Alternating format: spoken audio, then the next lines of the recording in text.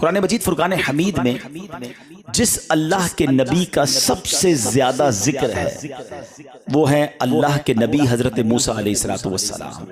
آپ کلیم اللہ ہیں، اللہ کریم سے آپ گفتگو کیا کرتے تھے، اللہ نے یہ شرف آپ کو عطا فرمایا۔ حضرت موسیٰ کلیم اللہ ہیں اور میرے آقا حبیب اللہ ہیں۔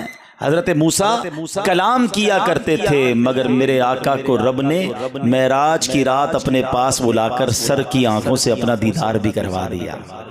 حضرت موسیٰ کی شان بہت عرفہ اور اعلیٰ ہے، کمال کی ہستی ہیں، مگر نبی پاک کی جب بات کرتے ہیں تو سبحان اللہ، حضرت موسیٰ علیہ السلام جو ہیں انہوں نے التجا پیش کی تھی۔ آپ نے عرض کیا تھا اللہ کی بارگاہ میں کہ مولا میں تجھے دیکھنا چاہتا ہوں۔ ارشاد ربانی ہوا لن ترانی، اے موسیٰ تم مجھے نہیں دیکھ سکو گے، لیکن سبحان اللہ وہاں منع کیا گیا اور نبی پاک کو بلایا جا رہا ہے، جبریل امین کو بھیجا جا رہا ہے، اور جبریل امین پیارے آقا علیہ السلام کی بارگاہ میں حاضر ہو کر آپ کو رب کی بارگاہ میں بلانے آتے ہیں۔ حضرت موسیٰ علیہ السلام نے جب دیدار کی تمنا کی تھی تو کوہ طور پر تجلی نازل کی گئی اور حضرت موسیٰ علیہ السلام اس تجلی کی تاب نہ لا کر بے ہوش ہو گئے تھے۔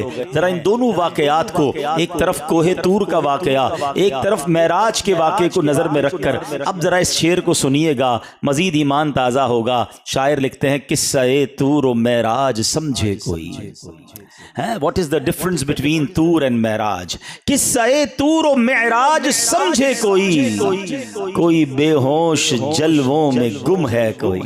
ایک طرف حضرت موسیٰ بے ہوش ہو گئے اور اللہ کے حبیب علیہ السلام اللہ کے جلووں میں گم ہے۔ فرق مطلوب و طالب کا دیکھے کوئی، کس کو دیکھا یہ موسیٰ سے پوچھے کوئی، آنکھ والوں کی ہمت پہ لاکھوں سلام۔ تو سبحان اللہ، اللہ کریم مجھے اور آپ کو نبی پاک سے سچی محبت عطا فرمائے، اور حضرت موسیٰ کی شان کی کیا ہی بات ہے۔